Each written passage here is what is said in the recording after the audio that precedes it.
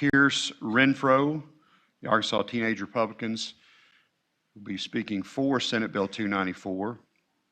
Mr. Renfroe, if you will come to the table, identify yourself for the record, and then you may begin your testimony.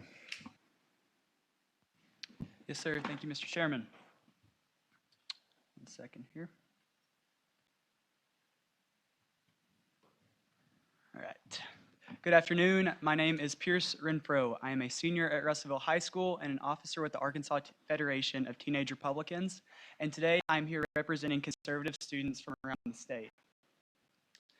At our annual convention last summer, our membership unanimously passed a resolution in support of school choice, declaring that every student should have access to the same level of education that best meets their needs, regardless of their family's financial or geographical status. As students ourselves, we're recognizing that it's time for the state of Arkansas to put students and families first in order to become the leader in education, now and for the generations that are to follow after us. ACT scores from last year report that the class of 2023, the class that will be walking across the graduation stage in 2 months, demonstrate that a mere 31% of those students are meeting readiness standards in reading, and only 19% are meeting readiness standards in math.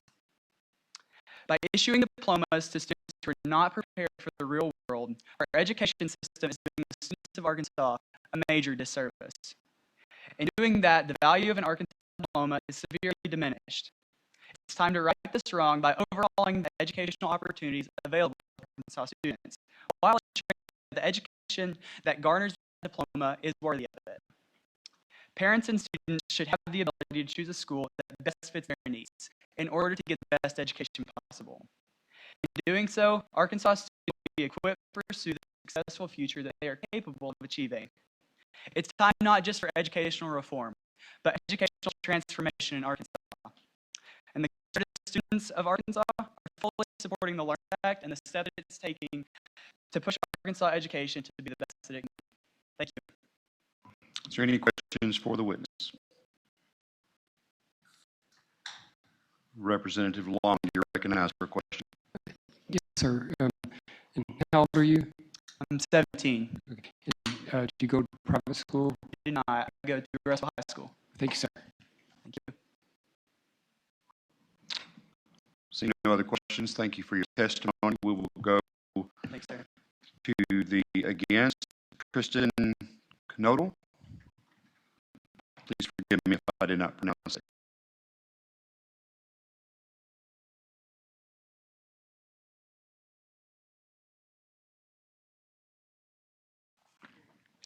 Hi, my name is Monica Daniels, and I'm the administrator of Cornerstone Christian Academy. Thank you for this opportunity to share a couple of testimonies about our school that's located in small, rural, southeast corner of Arkansas in the big city of Tiller, population 157. But the Lord established CCA 22 years ago, and we opened our doors to 26 precious students. From day one, we had parents reaching out to us, asking, two mothers specifically come to mind that they were just wanting to know if there was anything that could be done to help pay tuition. They asked if we offered scholarships. They were just seeking and they were searching a way to find a way to give or provide their child with what they felt was best for their child, but financially was just out of reach. Every year, we have many families seeking financial support for tuition. We work diligently at being good stewards of our money to keep our tuition rate as low as possible, because it is our heart's desire that any and all children who desire and whose family would like them to be there and feels that their child would thrive at CCA, it's our desire that they have that opportunity. We work with each family to help figure out a way to help them overcome their financial hurdles. Today, our yearly tuition is $3,300, and we still have so many families who cannot afford this tuition rate. The bill will provide a way for moms, dads, grandparents, sisters, brothers, aunts, uncles, and foster parents who reach out to us each year searching for a way. a way to give and provide their child with what they feel is the best. And yes, if you're wondering, those two mamas, 22 years ago, they did find a way. Last session, whenever the choice program passed, it provided an opportunity for so many families in our community to receive financial assistance. It was a tremendous blessing. Words are simply not fitting to express the joy on their faces and the relief in their voices when we begin sharing the news. Thank you guys so much. With each passing year, we strive to grow in knowledge and wisdom in order to serve our children in a spirit of excellence. From day one, our purpose has been to share the values of our faith, the love of Jesus, and to serve all children throughout our community. As our student population began to grow, the needs of our students also began to grow. In 2005, we established an intervention lab to meet the needs of our students who needed more explicit teaching based on their specific needs. Around this time, we also partnered with our local school district and have participated in title funding programs for the past 17 years. Thank you to the public school administrators, our LEA team, who we work closely with, stretching from Warren through Central, Lake Village, Dermott, Dumas, and McGee. Our relationships go way beyond district lines. The love for our children and like-minded agendas are focused on what we can do to help children grow and reach their fullest potential.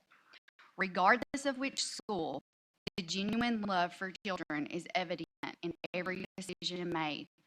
Our meetings and decisions focus on the children who are the future leaders of our communities and our great state, regardless of which district their parents decide is best.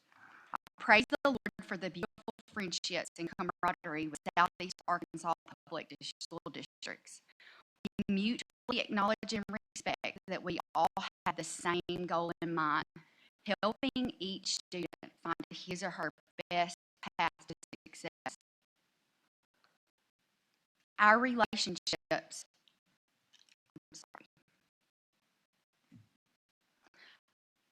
Our relationship reminds me of Proverbs 27:17, as iron sharpens iron, so a friend sharpens a friend. There is no competition when it comes to serving and caring for children. What is best for one child is not what is always best for another. Which environment will each uniquely designed child thrive in? That is the important question. Parents get one chance to raise their children. This bill will give parents options and provide a way, regardless of their monetary means. Working together to help families is what we as educators are called to do. Bringing communities together for our children, for our future. That is all that really matters. This bill will provide a way for every child to find their way.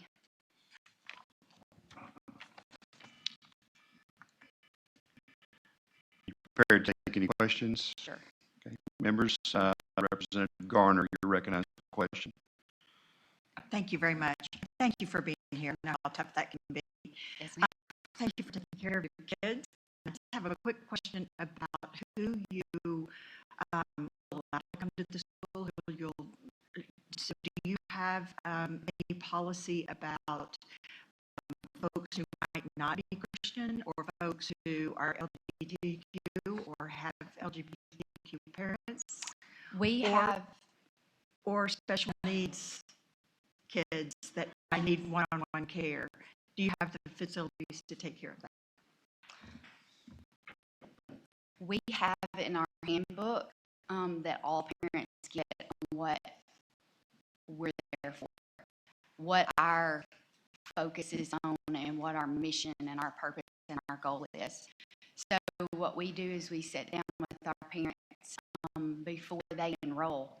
Is it our heart's desire for every child who wants to come? Absolutely, all are welcome.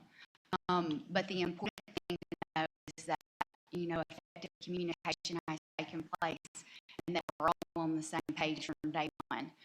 I personally have a special needs child that Lord placed in our lap about 17 years ago, not at the time, not having a clue that he would be diagnosed with intellectual disability, cognitive, and oral apraxia of speech. So we have worked very hard over the years as we have had to grow and learn to meet the needs of students. But it's very clear to our parents when we sit down and we discuss each child individually what we have to offer so that they can make a decision, because we can't offer everything, but we want to be real and honest with each parent to let them know this is what we have. And I mean, there's so many different needs for each unique child to go through a list of what we can and we can't. But do we try?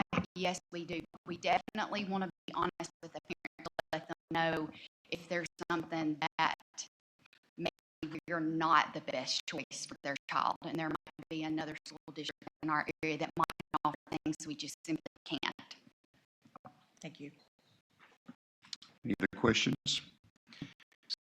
Thank you for your testimony. To speak against the bill, Olivia Gardner.